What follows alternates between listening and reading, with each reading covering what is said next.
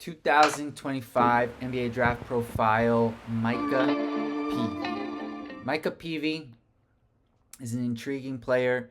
He spent his first year with Texas Tech, then his next 3 years with TCU, and then finally he finished up this past season using his last year of eligibility with the Georgetown Hoyas. And at 6'8", 220 pounds, Peavy certainly fits the profile of the modern NBA wing, forward, whatever you want to say. He can guard 2 through 4 certainly, and his greatest strength is his defensive ability. Where I just mentioned he can guard multiple positions. He's an impactful defender, and with his size, he does make things difficult with smaller defenders, as well as have the ability to guard smaller offensive players, I should say, as well as have the ability to guard bigger players down low for short stretches of time.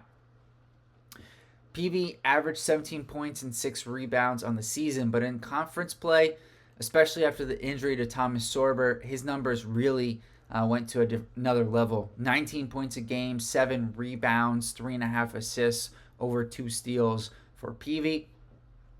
And he did so while shooting over 40% from 3 on over 4 attempts per game and about 51% on his 2s. So he had a really good year for Georgetown, who had a step forward as a program under Coach Cooley. And he's a good athlete. He's a good off-ball cutter. That's really where I see his offense coming from at the next level. Because while we've spent a couple minutes on his strengths, he is a guy who does have a couple of glaring weaknesses. The biggest one for Peavy is his shooting. And I know I just said he shot 40% from 3, but bear with me for a second because I'm going to explain why it's a concern.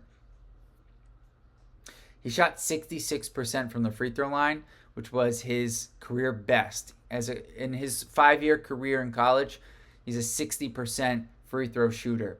And for a guy who's athletic and can get to the basket, he had less than 3 free throw attempts per game, despite having the ball a lot more as the year went on.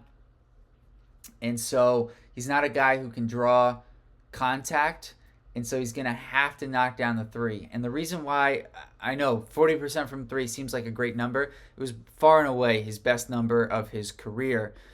With his previous best being 31% the year prior. He has improved each year. Got to give him a lot of credit for that.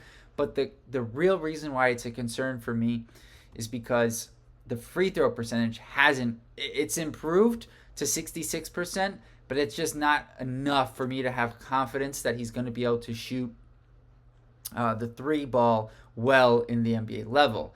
And I'll give you an example of a guy who's a little bit similar last year coming into the draft, which was Harrison Ingram, who career not a great 3-point shooter, shot around 40%, just under 40% for North Carolina last year.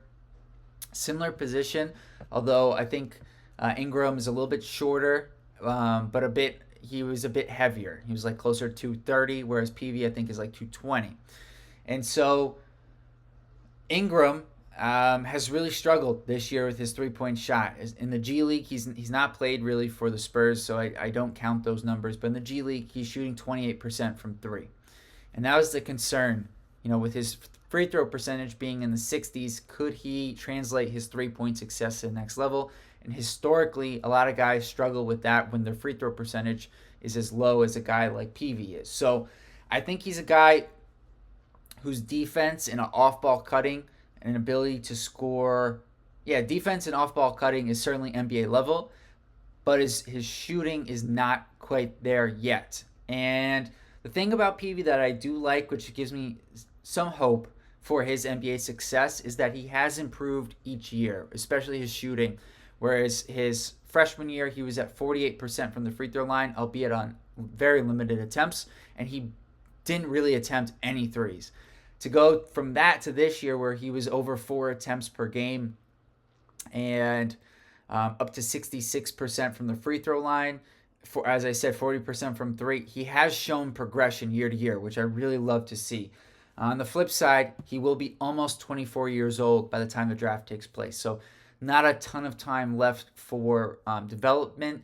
Not in the sense that he doesn't have a long career ahead of him, but NBA teams aren't going to give him as much of a leash, if you will, to develop and work on his shot. He's going to have to spend time in the G League, and he's a guy who, if he is drafted, I think it will be late second round.